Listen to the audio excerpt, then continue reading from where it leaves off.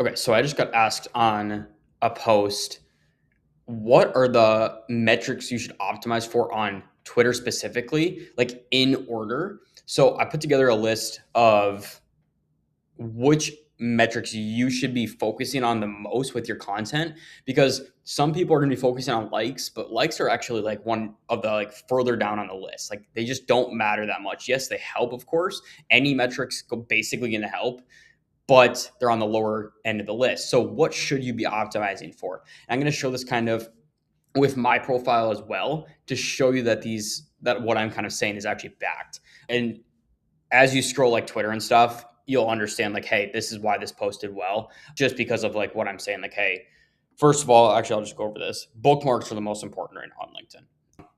The reason why is because there's so much more value in all of these posts that you're putting out, and people are staying on your post longer, which is exactly what Twitter wants.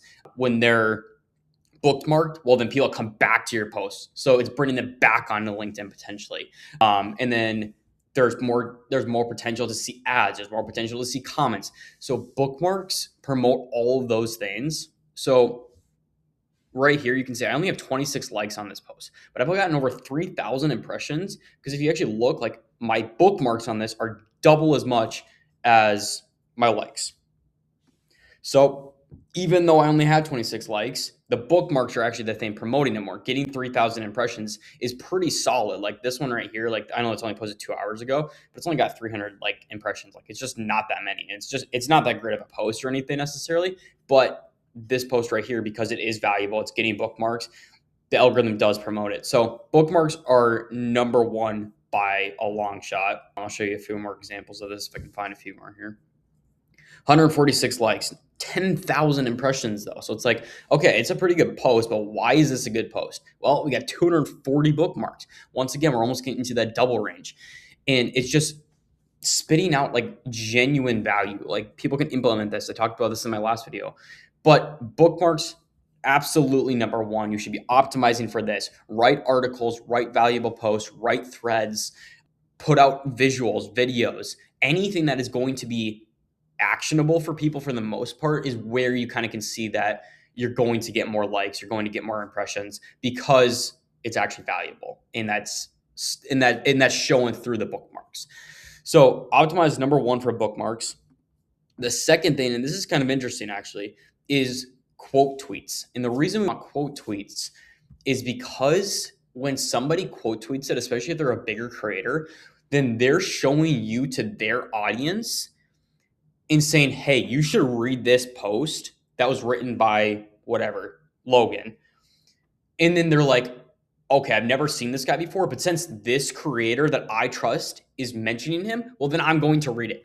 So quote tweets by themselves, I guess, aren't necessarily like boosted by the algorithm, but because you can tap into someone else's audience, that's why it's doing so well. So you guys have all seen the Dan Co articles. I think he's put out two in the past week, and they all did really, really well. But if you actually saw on the timeline, multiple of quote tweets were about his article saying this like retrained my mind, or here's the value I got from it. I wrote this down in a notebook. Like I saw something like that, like all the things that were valuable to me, so I can actually get going on doing this thing that Dan was talking about in their quote tweets. But they themselves are getting thousands of likes on those posts because one, the article is good and it's bookmarkable, because bookmarks are the most important. So more of their audience that they're showing it to is like, okay, this is actually is valuable, so I'm going to continue to read it. So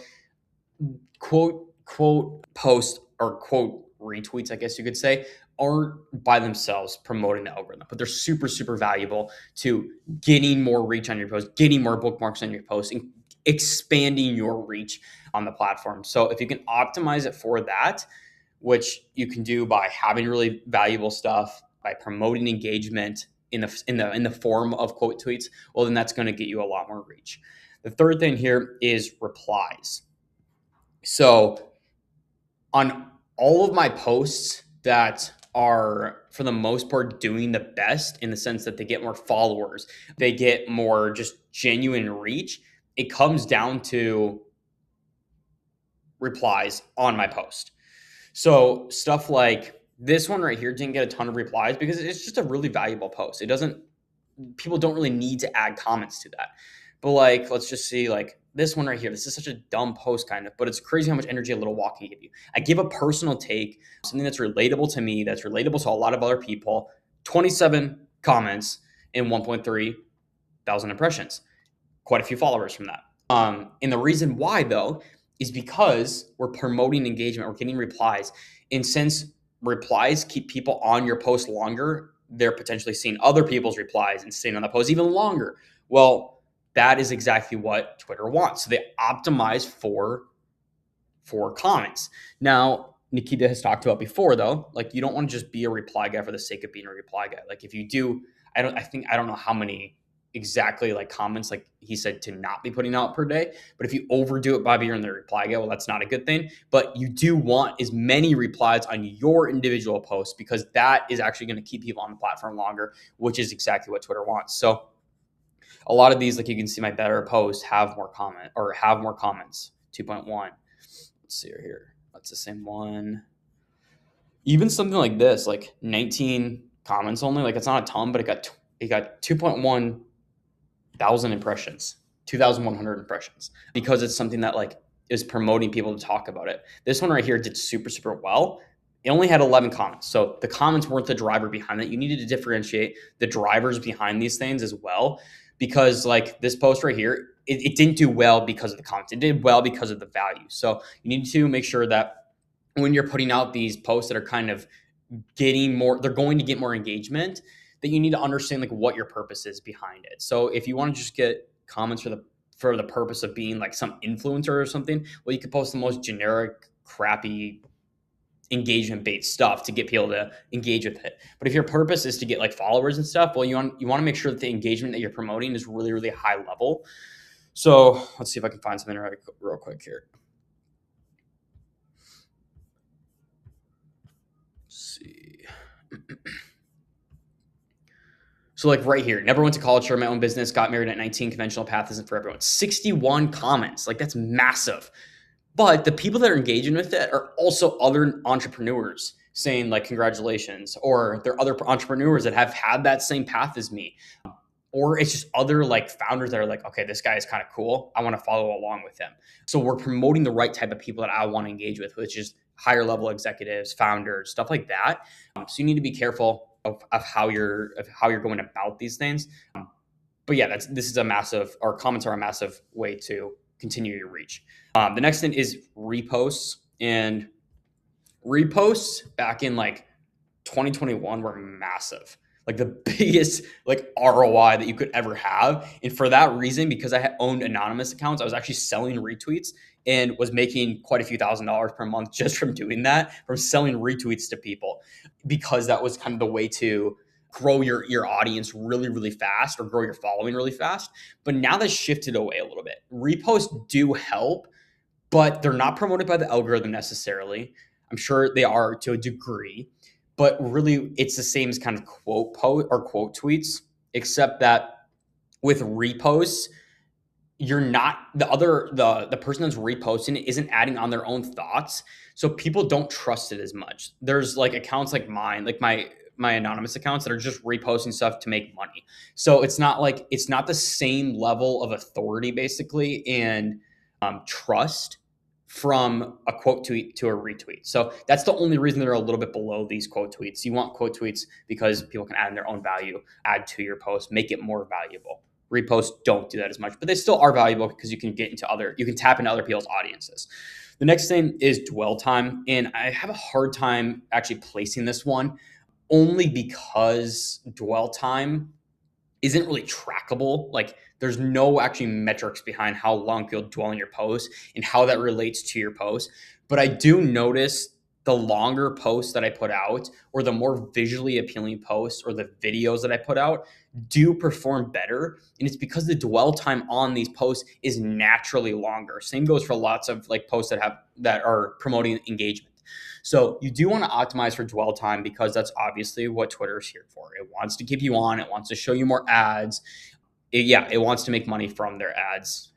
and it wants to make money from you simply being on the platform, buying people's offers, making it more valuable to people. So dwell time fits in right under the repost, but I could see that going up or down, honestly, because I just don't know how to actually like quantify the results of having more dwell time. But it is super important. It's very clear that it's important. I just don't know how much.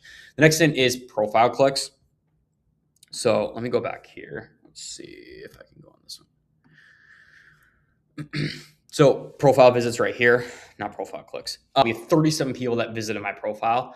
And so if you want to optimize for followers, then this is one of the bigger metrics you should be tracking. I can't talk. Outside of bookmarks and then profile visits. Because obviously that's showing more people, the more people that visit your profile, the more likely they are to get more value and follow you. See more about you, understand more about you, like, oh, this guy's cool. Let's follow him. But profile visits in general mean that people are clicking on your profile, which is also keeping them longer on your posts. So it's going to promote that post more because it's promoting people going onto your account. So I wouldn't say like go overboard with like just trying to get people on your profile, but when you do put out valuable stuff, when you promote or when you post personal stuff like interesting like stories, it is going to get people onto your account, which is going to make sure that your post does better. But then also if people are clicking on your profile, the algorithm naturally is going to start putting you in front, your future posts in front of the person that clicked on your profile. So then it has a better chance of getting, or of your future posts doing better as well, because more people are going to see it because more people clicked on your profile. So this one is a little bit lower down on the list, I guess, but it can be very important if done well and tastefully, I guess, in the sense that you don't want to just like go overboard of just purposely trying to get people on your profile for the sake of getting people on your profile. Should be the byproduct of promoting value, stuff like that. The next thing is media clicks. So this is very similar to dwell time actually, but specifically for media. When you post visuals, when you post infographics, when you post videos, people are watching it, they're clicking on it, they're staying on it longer to actually like view these artifacts that you're putting out basically. And X notices that, Twitter notices that, and your post will go farther because of that. So that is one kind of, I guess, dimension of dwell time, but a smaller sense of it. The last thing here that you do want to optimize for is likes.